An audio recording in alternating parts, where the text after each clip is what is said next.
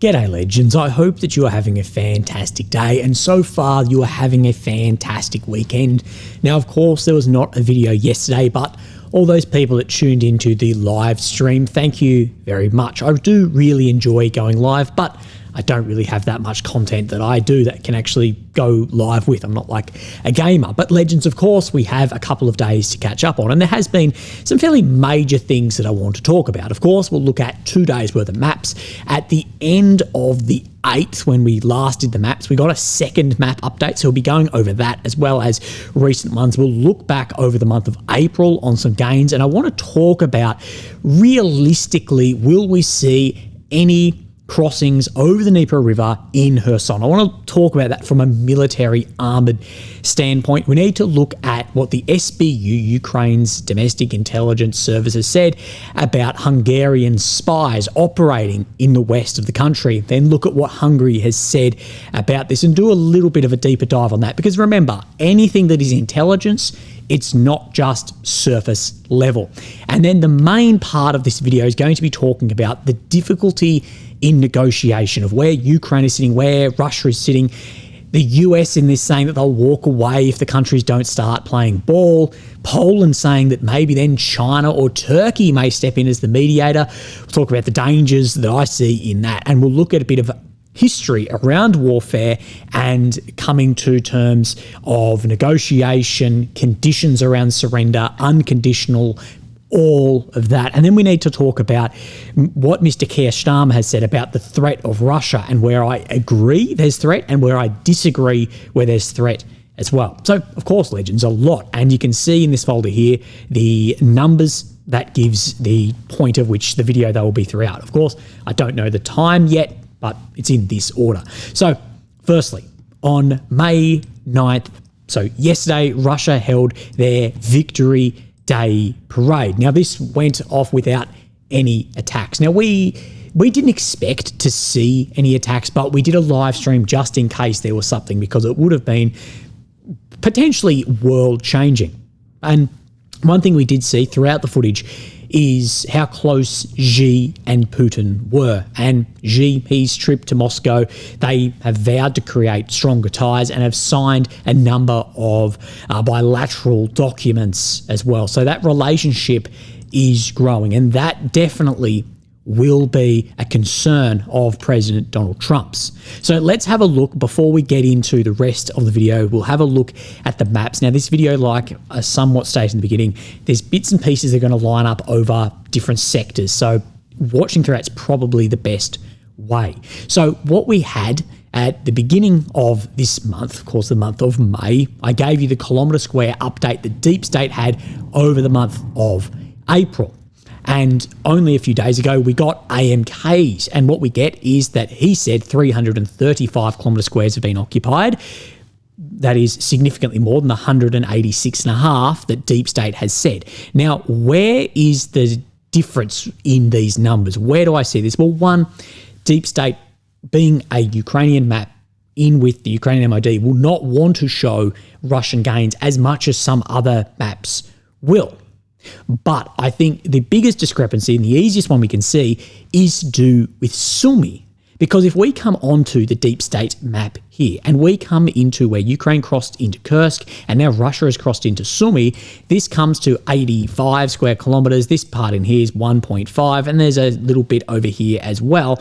But this is just shown as grey. It's not shown as red. So there's at least a minimum of 87, say, square kilometres in here currently that is somewhat unaccounted for, where other maps are showing that as occupied.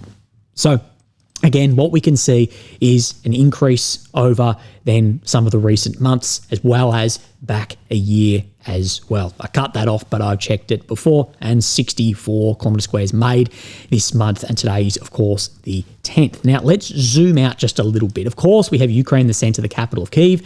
The red areas occupied since 2022, the purple since 2014. The red check that you'll see is ground made by the Russian forces over the past 24 hours. We'll also show you some blue on the map today, which is the same, but Ukrainian. But I firstly wanted to come down into then the Kherson region. The green, of of course, is where Russia has been at some point. 2022, both withdrew and fell back across the Dnieper River into the left bank.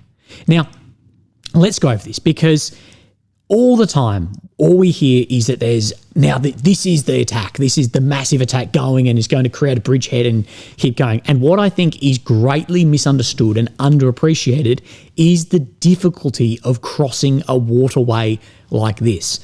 It's difficult in conventional, traditional warfare, let alone an environment that is completely saturated with drones. Now, bloggers online, they will see the word amphibious and just assume that troops in their vehicles can just cross that. And I can tell you from someone who was in mechanised infantry, so infantry in armoured vehicles, it is by no means that easy at all. You need to consider, at the very least, just the banks of which you're approaching and then leaving the waterway from, the conditions of the waterway itself, the conditions just of the environment, and logistical lines as well, that if you get across, okay, how are you getting fuel and food and ammo? And as I've said, there's a huge risk of getting cut off. And the biggest risk at this point in an attritional war is making a mistake, offensively or defensively, and sacrificing a very large number of troops. And that would be a huge risk here. And I don't see at this point in time the risk versus reward worth it, because you could be vertically surrounded or vertically enveloped, cut off, however you'd want to say that. And now, again, some of those who don't know what vertically surrounded or cut off is say you push in and create a bridgehead here, but all your assets are targeted across like this, or vice versa to this, then you are effectively cut off, and that this will then collapse fairly quickly. So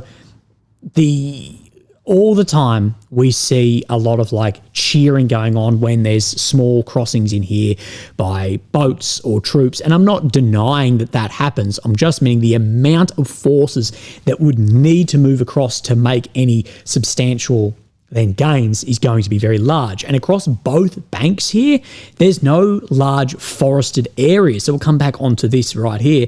It's not like up in Sumy. So hiding the force that you would need to do that, as Ukraine did to cross into Kursk, is not as easy down here, or is not possible unless it's in the city itself, which isn't as easy as a forested area, to actually do successful.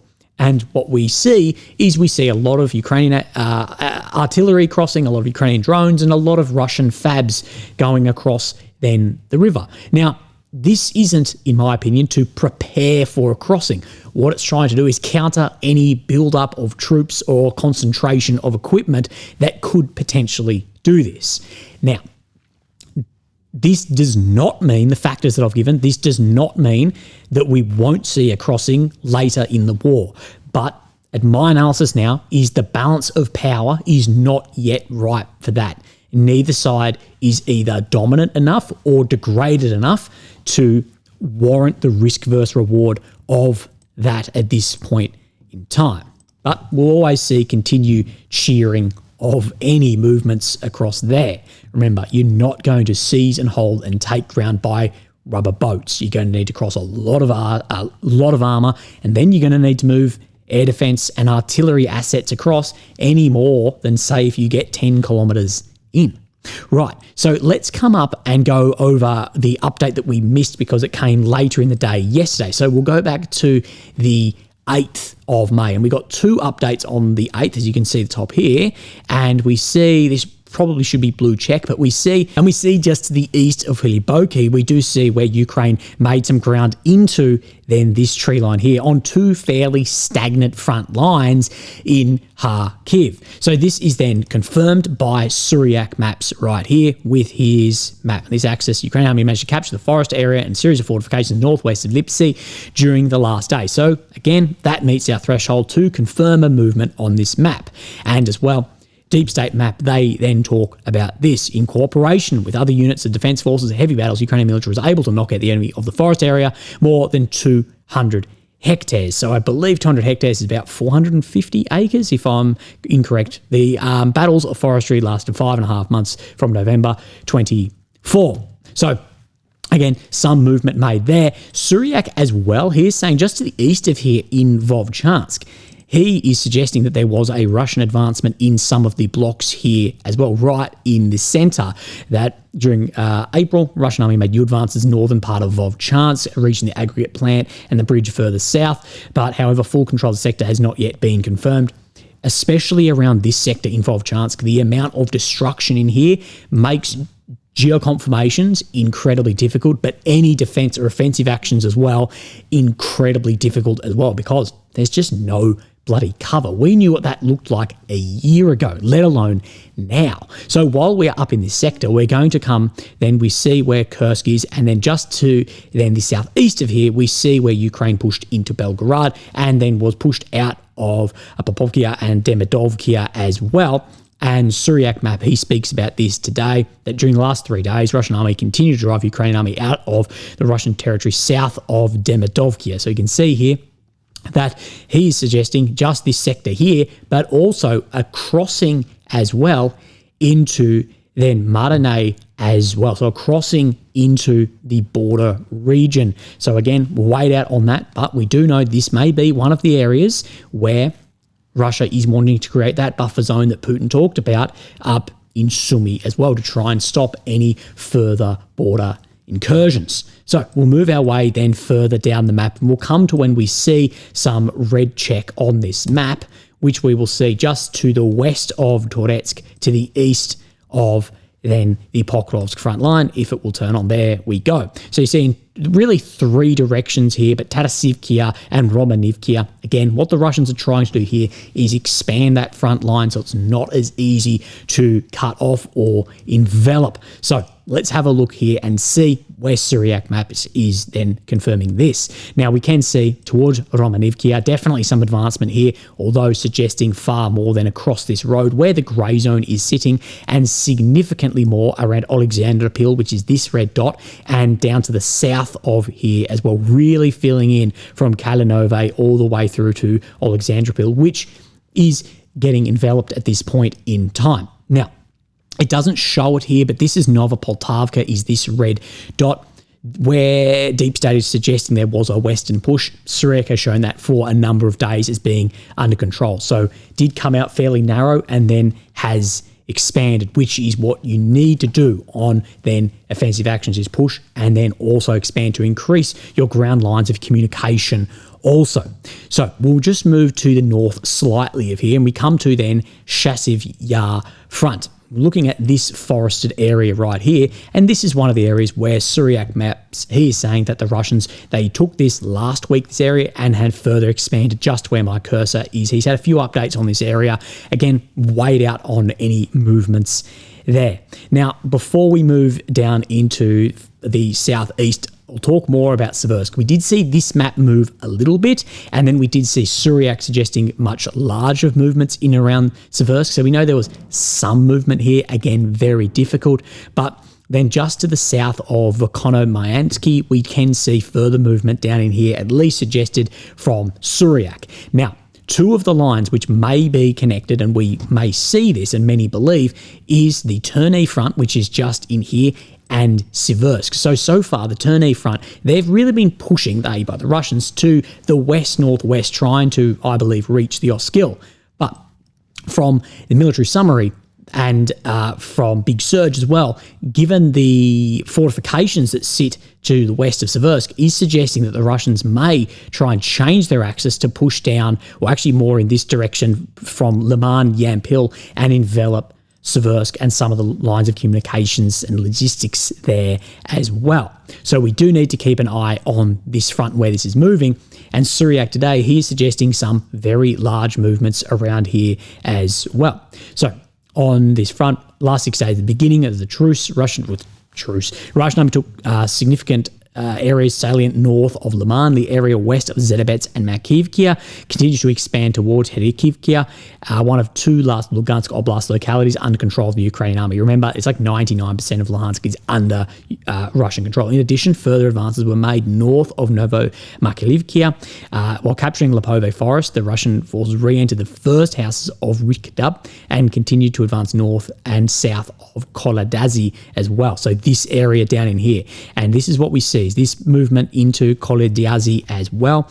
Again, we can't confirm that, but wait out on that and we may see that swing down to the south. And this doesn't mean that there can't be a push down to the south and out to the west as well and form two envelopments and take a fair bit of ground in here. And remember, these areas, which are still held by Ukraine, this Herikivkia as well for the Luhansk Oblast. So we could see, I believe, Russia will prioritize trying to capture all of that oblast due to how that looks in negotiation too. So we'll move back down then into Pokrovsk. I've zoomed out a lot, and we're talking about this front around here, Troitsky area and Zvorovay coming into Pokrovsk too. No changes shown on this map today, but Suryaki does show some significant shifting. So movement through, then we zoom into Troitsky as well, occupation there, moving closer and closer to Dnipro Oblast, as well as then expanding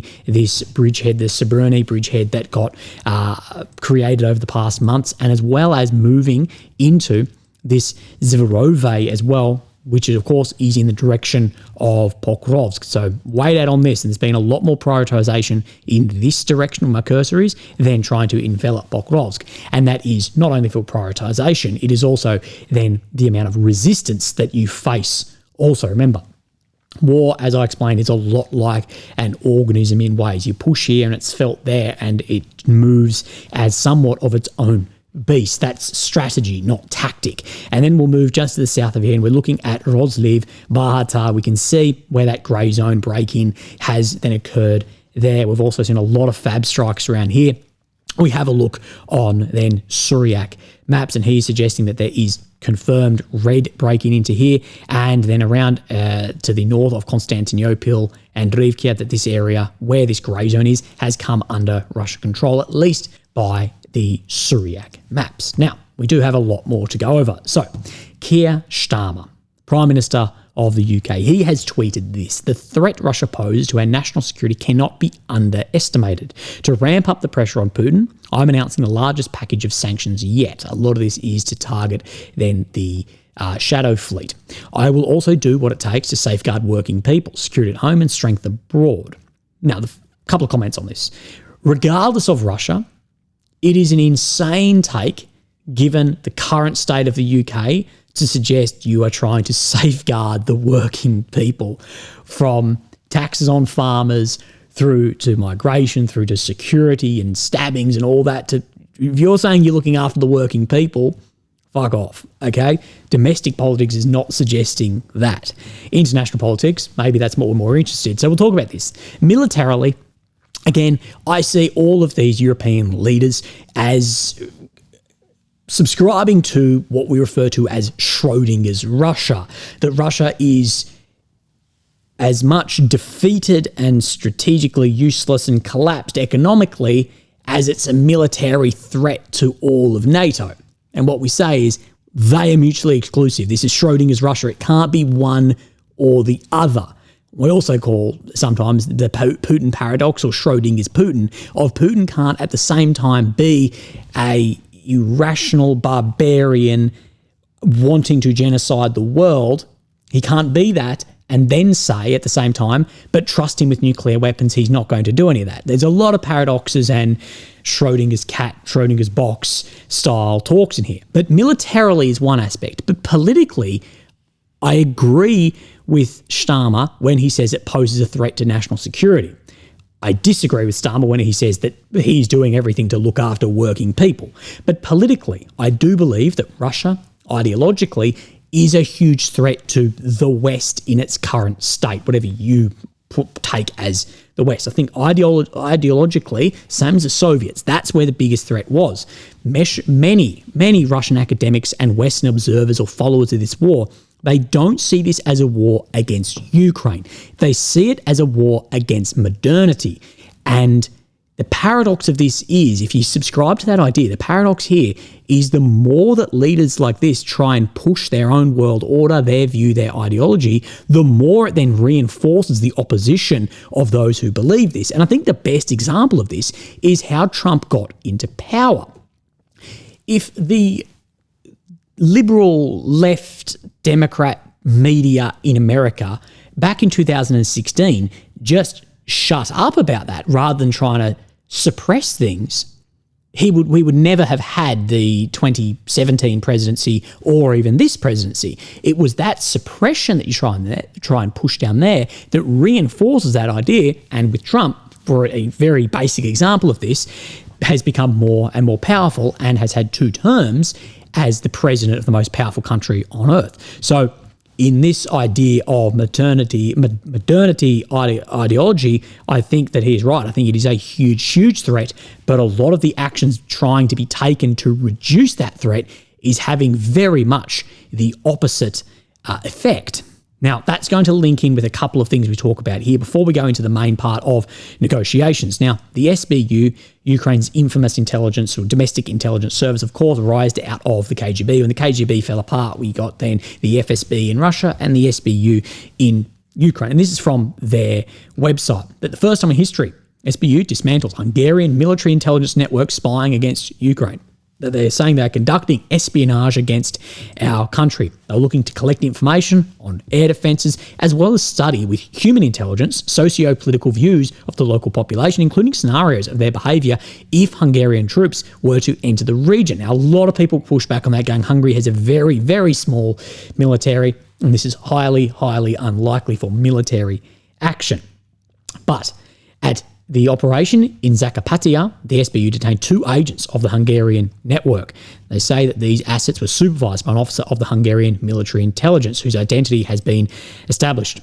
The traitor received an assignment to study the sentiments of the local population to obtain the following information. Now, in this information, it was the civilian population here. If a peacekeeping contingent, including Hungarian military, were extended in here, the military equipment, what could be purchased on the black market here, the situation with migration into the Hungarian population in the region, the military forces stationed here, and how well the law enforcement agencies are staffed and what is the strength, as well as then looking at locations of air defence and then relaying that information with then cash. Now, firstly, let's look at the area. The area is right in the west of Ukraine, in here. And what we can see is there's a large then Hungarian or ethnic Hungarian population here. And in this area too, all around here, there's a lot of claims from neighbouring countries for pieces of ground. And it'll be very interesting to see in the future if there is any border shifts, not only in the east and south, but potentially over here too. Again, the war's not over until the fat lady sings, and we don't know how it's going to end. Now, the first thing that came to mind when I read this is European Union, NATO or European NATO countries, they are looking for any opportunity, any reason to remove Hungary's voting rights, as well as remove their veto power in decisions. They're looking for anything like this. And secondly, as well, whether you like it or not, Ukraine has a huge amount of spooks, of spies working absolutely everywhere. And they're all looking for how it challenges their state's security or their state's then world order and future that they see.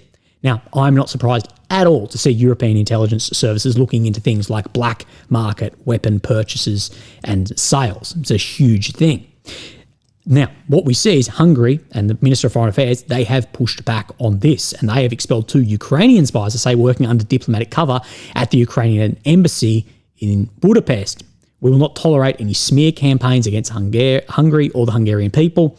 Since the war in Ukraine began, anti-Hungarian propaganda has intensified. The latest defamation campaign is no exception.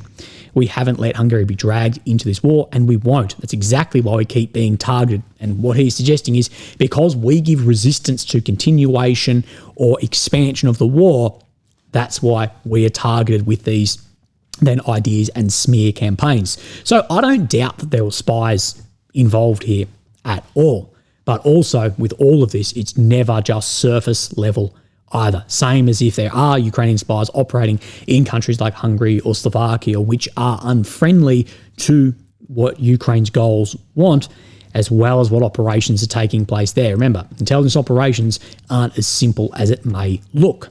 Now, with this next bit, you're going to have to remember a little bit of what we talked about with Mr. Kherson, but we're going to jump across the pond and talk about the US and what Vice President J.D. Vance has said and what he has said about then his boss, the president, Mr. Trump.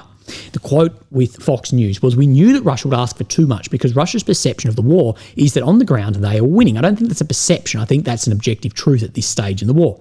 And of course, the Ukrainians would like to do a ceasefire in part because things have not been going so well for the Ukrainians the last few months, which, of course, into this first sentence here is enough evidence, I think, there from the US second in command. And our attitude is, we don't want Ukraine to collapse. We obviously want Ukraine to remain a sovereign country, but Russia can't expect to be given territory that they haven't even conquered yet. And that is one of the things that they have put down in that initial peace plan. We saw Vance last week saying that Russia's asking for too much. But he's also talked about there will be withdrawal from the talks if it becomes clear the Russians are not engaging in negotiations in good faith. And if that happens, we're going to walk away, and the president has said that we are getting out of this thing. He says what that is going to mean fundamentally, I think, is that both Russia and Ukraine are going to be left to settle this thing without the advice and without mediation from the US. I don't think that's good for anybody. It's good for Putin. I don't think that it's good for us. I don't think it's good for Russia or Ukraine. So in this as well, talking about walking away if the sides aren't playing ball. And what I say is this is only a threat towards Ukraine. It's not a threat towards Russia. But he does say that we'll keep working on it until we decide that we ultimately can't make any more progress. So the US, again, threatening to walk away. We see that the Polish foreign minister has said that he hopes that the US mediation will succeed, but if it turns out to be unsuccessful, that there are other candidates. And these candidates, he says, is Turkey and China. Of course, China, as he rightfully states, has a lot of influence on Putin to come to the negotiating table and soften his demands. But is that in China's interest as well? What I will say is both Turkey and China very likely will enter this mediation with far less leverage than the US has. Well, they will enter with less leverage there. Both states, they remain very friendly with Russia, especially when we see Xi with Putin yesterday. And Chinese mediation, China would, as they always do, they would aim for what is best for China. That would be number one. And a weakened, poorer NATO and a weakened, poorer Russia both are good for China's rise to then hegemony locally or potentially globally as well. And the thinking here is then the Chinese principle of Qianjia, of all under heaven. It's the first thing that came to mind here, that China is the center, that's all under heaven, and political decisions, military decisions, all of that is made to what benefits the state to become then the center of it all. So Ukraine, in my opinion, desperately needs to keep the US involved on their side. And this means to show a willingness to work with the US and Trump and Vance's somewhat realpolitik approach, as well as their transactional approach here. But again, we've got to look over a few things here, that this isn't as easy as many would like to think. And this comes from Big Serge, the Fighting for Conclusion. He says that Trump's view of foreign affairs is fundamentally transactional in nature. But he also says that, yes, Trump has the power to force this on Ukraine, but he doesn't have that to force on Russia. Russia has been sanctioned by America. What else can America put on? Secondary sanctions, maybe we'll talk about that in the future. And China doesn't have that same amount either on Russia. They have a lot, but it's not the same as the US onto Ukraine. It's not like all of the ISR is from there. Now, he says correctly, there remain intractable gulfs between Russia's war aims and what Kyiv's willing to discuss, just so far apart that he says that It is doubtful that Trump will be able to reconcile these differences. Russia, however, does not need to accept a partial victory simply in the name of goodwill and negotiation. Again, that eventually negotiation will bow to the reality of the battlefield. Moscow has recourse to a more primal form of power. The sword predates and transcends the pen. Negotiation and such must bow to the reality of the battlefield, and no amount of sharp deal-making can transcend the more ancient law of blood. And this is the thing. You don't need to just do it in goodwill for negotiation. It still needs to take in the realities of what is occurring as well. And as he goes over in this, that Russia believes, and a lot of what we're seeing on the front line shows that Russia is closer to more victories than they were than a year ago. And at this point, then Russia will ask for more than where the border is right now, regardless of if the US think that is too much or not. Now, a few other bits and pieces we have to go over here from a couple of people that I talked to behind the scenes. Mate, another thought which I think isn't being discussed much. All the talk about the peace deal, you have to ask who the real stakeholders are, who has the power to decide. On the Ukrainian side, I think it's not Zelensky, it's not the Europeans, it's not the oligarchs, it's not the Ukrainian people. It's the Ukrainian army. They have to be prepared to accept peace. Otherwise, there is a real risk that they will turn around and march on Kyiv. And Zelensky knows this. When he is out there talking, his audience is his army. He needs their support in order to stay alive. And the army is not yet at a point at which they are ready to lay down their arms. The only way to do that is either take away their means to fight, switch off US support, including Starlink, or degrade them to a point where the front starts to collapse, which is a question of when manpower runs out. But until the army is ready, this political talk, this is just theatre. And that is true. At this point in time, it is the army who is controlling this war and Zelensky steering them around. But we definitely could see the army saying, we are not ready to lay down our arms given the sacrifices that we have made. And we have spoken about this before, that it's very difficult to walk away from something like this too. We're going to look at a historical bit here. From another guy, I would like to add just one thing. Yes, it makes it difficult for Ukraine to surrender. But it may also make it difficult for Russia to accept a Ukrainian surrender if it did happen, because of concerns that the Ukrainian people, or at least the nationalists, were under the mistaken impression that Ukraine surrendered too soon. So if they believe that Ukraine could have fought back and been in a better situation, there's not only threat to Kyiv, there's also threat potentially to Moscow too. It could give rise to a strong revanchist sentiments. I believe Moscow would only accept a Ukrainian surrender if it came with a peace treaty that stipulated very severe restrictions on the Ukrainian military, along with concrete means for Russia to enforce these restrictions. Otherwise, it would just be a second Treaty of Versailles. Failing this, I believe Moscow will feel compelled to keep degrading the Ukrainian military all the way to its eventual collapse and the crushing of Ukraine as a state. And this is, if I was in the meeting room with Mr. Vance and Mr. Trump, I would say, yes, I agree that Russia is probably asking for too much. But you also are asking Russia to stop a war whilst they have momentum. You're going to either have to have a hell of a big stick, which we don't know is possible given timeframes, or a carrot there also. And this is the idea of realpolitik. It doesn't matter what's ethic or right. What matter is realistic as well. What is the US really willing to influence in those decisions as well? So yeah, it's a very difficult situation. It's difficult for Ukraine, the military, to accept that and the instability that may occur. And it's also difficult for Russia if Ukraine hasn't been degraded, because they'll go, well, we've seen what has occurred previously with these units. And again, it may be very, very difficult. I think Russia will maybe play that on their advantage through intelligence operations for instability, and that will push away NATO and EU. But again, we will see. And I wanted to talk about this a little bit further from then Mr. John, or Professor John Mearsheimer's book, cropped out The Tragedy of Great Power Politics, and a bit of history here with Japan. And this is talking about strategic bombing campaigns, but also then surrender or coming to the end of wars. That why did Japan continue to hold out even though it was clear that they were losing? It's not because its leaders thought that they were badly weak and army could thwart an American invasion of Japan. In fact, it was widely recognised the US had the military might to conquer the home islands. Japanese policymakers refused to accept unconditional surrender because they thought that it was possible to negotiate an end to the war that left Japan's sovereignty intact. The key to success was to make the US think that it would have to pay a large blood price to conquer Japan. Again, this is very similar to what we're hearing at the moment, is what we have to do is make it so it's going to be so costly for the Russians that then that's the condition that we'll be then negotiating from. The threat of costly victory, they reasoned, would cause the US to be more flexible on the diplomatic front. Furthermore, Japanese leaders hoped that the Soviet Union, one of the world powers at the time, which had stayed out of the Pacific War so far, would mediate the peace talks and help produce an agreement short of unconditional surrender.